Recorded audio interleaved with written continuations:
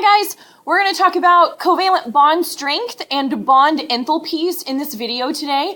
So this is going to replace because I won't see you tomorrow, sad face. And on Friday, don't forget that we are doing Vesper yoga. So we'll take what we know about Lewis structures and now we'll talk about the shape of them because Lewis structure does not indicate shape. That's what molecular geometry is for. So we'll do that on Friday, and I also want to go over any questions that you have about this covalent bond or bond enthalpy, okay? So usually we just kind of think about the strength of the bond as measuring or measured by determining how much energy it's going to take to break a bond.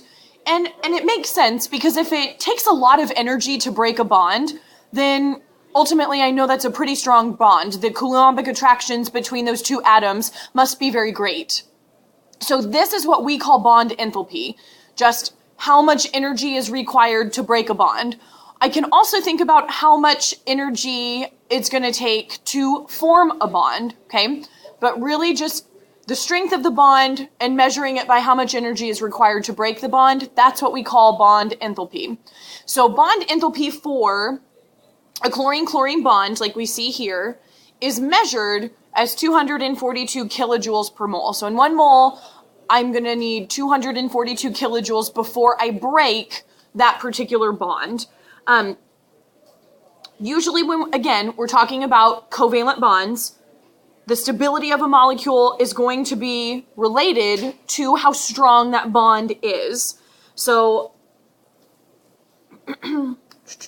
in bond enthalpy, the reason that you'll see here a D in front, D, and then the parentheses, the Cl bond, D just represents that we're talking about bond enthalpies because there are other types of enthalpies that we'll talk about in chapter 5, which is the next chapter, because we kind of skipped that and then we moved forward, but that's our next one.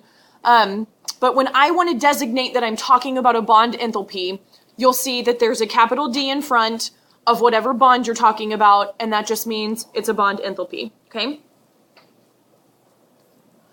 So we usually say that bond enthalpies are an average, and we call bond enthalpies an average because not all carbon-hydrogen bonds, like if I'm looking at this example here, this is methane, I have CH4, so I have 4 equivalent carbon-hydrogen bonds. So really if I knew the bond enthalpy of carbon-hydrogen, of a carbon-hydrogen bond, and I took it times 4, that would give me my overall bond enthalpy. So maybe I see that here. So I just broke this up into showing it in terms of a Lewis dot structure. So I have my 1 carbon, and then I have 4 hydrogens bonded. So we made 4 carbon-hydrogen bonds. If I wanted to find, just based on this information, what the bond enthalpy for 1 carbon-hydrogen bond would be, I would take the 1660 kilojoules, and then I would divide it by 4, because that would just tell me, if this is based on 4 carbon-hydrogen bonds, if I divide it by 4, that will give me what the bond enthalpy is in 1 particular carbon-hydrogen bond. So if you do that, you should get 415, seems right to me, 415 kilojoules per mole. Okay, so that means that carbon-hydrogen bond, in this particular case, is 415 kilojoules per mole. Now, there's a table, 8.4 in your book. I will always give you this table, just like you will always have this kind of table embedded in a multiple choice question or on an FRQ question. These aren't anything you have to know, they will be given to you. So these, just to list, this table 8.4, lists different average bond enthalpies for different types of bonds. So I see a carbon-hydrogen bond here is 413. But look here, when we did this one, we found the carbon-hydrogen bond for methane to be 415. The reason that this table says 413 is because it's an average. Carbon with bonded 3 times to hydrogen, so maybe I'm talking about a methyl group, CH3, it's going to have a slightly different bond enthalpy than the carbon-hydrogen bonds in methane. So we have to take into account all of the different kinds of configurations carbon and hydrogen can have. So when we do that, we just get an average bond enthalpy. So for carbon, hydrogen, according to my table, it's 413, okay? So these are just averages. We understand that they're all a little bit different. Average bond enthalpies are positive because when we break a bond, we have to supply a certain amount of energy, meaning that it's going to be an endothermic process. I have to put energy into the system before a bond can break. So all of these are positive values, okay? And again, we already just said this, these are average bond enthalpies, not absolute, because like we just saw, the CH bond in methane was 415, and that may be a little bit different than how the carbon-hydrogen bonds are in, let's say, Cl3, which is chloroform. Okay. Just to go back and make sure that we reiterate that when you break a chemical bond, energy is always required. So anytime I break a bond, I have to absorb some amount of energy. Conversely, anytime I form a bond, we know that we're releasing some type of energy, okay?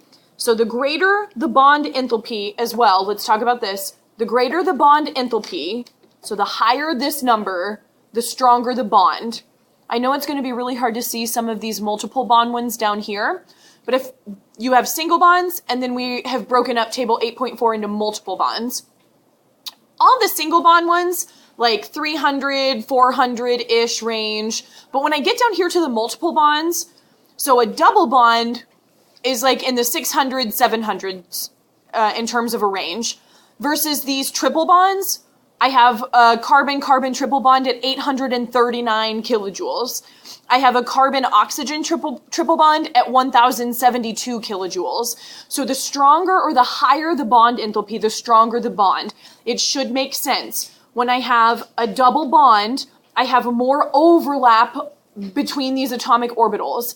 When I have a triple bond, I have even more overlap. The bond length is smaller, so I have more of a sharing of those electron pairs, okay? So it should make sense then that bond enthalpy will be higher. I need more energy to break that bond, to break a triple bond. So let's look at this. Let's actually look at an example and kind of see this maybe graphically as well. So another way that we can estimate the change in enthalpy. So H is just representing a change in enthalpy. And for us, this is bond enthalpy, okay? So another way for us to represent, or another way for us to determine bond enthalpy for a reaction is to compare the bond enthalpies of the bonds that are broken in a reaction and compare those to the bond enthalpies of new bonds that are formed. So what am I breaking and what am I forming? And we actually have an equation that we can measure how much enthalpy change a reaction will produce. So how I do this, I can find the enthalpy of the reaction, and that's equal to, so sigma is just representing the sum of. So I'm adding up all of the bond enthalpies of the bonds that are broken. So how many CH bonds did I break? How many chlorine bonds did I break? However many I did, I'm going to find the number of that particular bond enthalpy, multiply it by how many I broke, and then add all of the bonds that I've broken up. Then I'm going to subtract that from the sum of the bond enthalpies in the bonds that I formed. And right now this is probably like, what are you talking about? But we're going to do an example, I promise. We'll do a couple. So in this reaction, actually, this is the reaction. We'll look at this one while we look at this chemical reaction with it. So in an example, we're going to take methane, and then I have chlorine, and I'm going to react those two to form CH3Cl, and then HCl. That's my goal.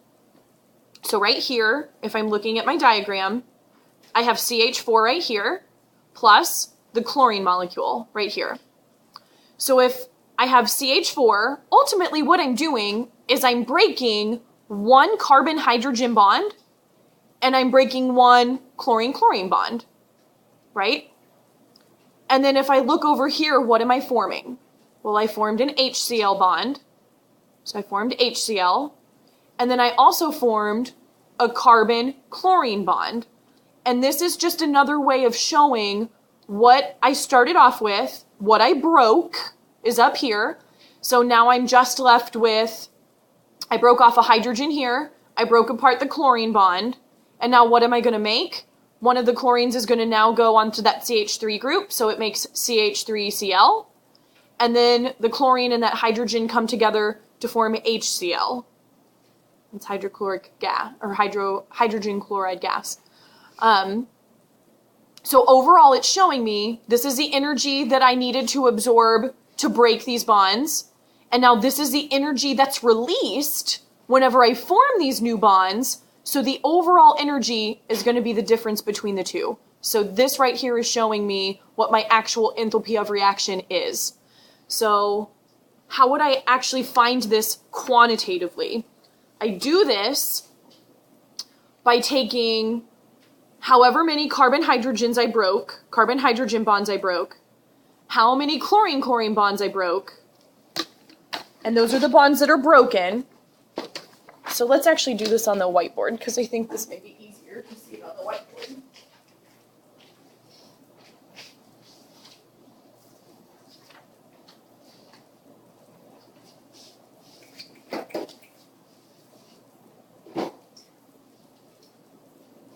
Okay, so I had my methane group here, and then I was reacting that with my chlorine molecule, and I produced CH3Cl plus then HCl. Sometimes it's easier to look at it in the structural way. So I have all of these three carbon hydrogen bonds are still intact, but I had to I broke this one, my CH bond here, because over here I formed a CCl bond.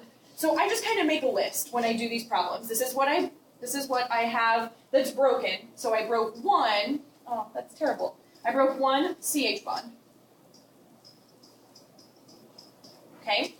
And then I also had to break this Cl-Cl bond, because now carbon's attached to this chlorine, and now hydrogen's attached to the other one. So I not only broke the CH bond, but I broke one Cl-Cl bond. So that's what I broke. Let's also write what we formed. And we just did that. We said that we formed a carbon-chlorine bond, so I formed one C-Cl bond, and I formed one hydrogen chloride bond. Okay, so now my goal, I want to go to table 8.4, which is in your book or in your notes. I'm going to go back to that table, and I want to look up, which is here, I want to look up the bond enthalpy for that carbon-hydrogen bond. I want to look up the bond enthalpy for the HCl bond, for the CCl bond, and then, I don't remember what the last one was.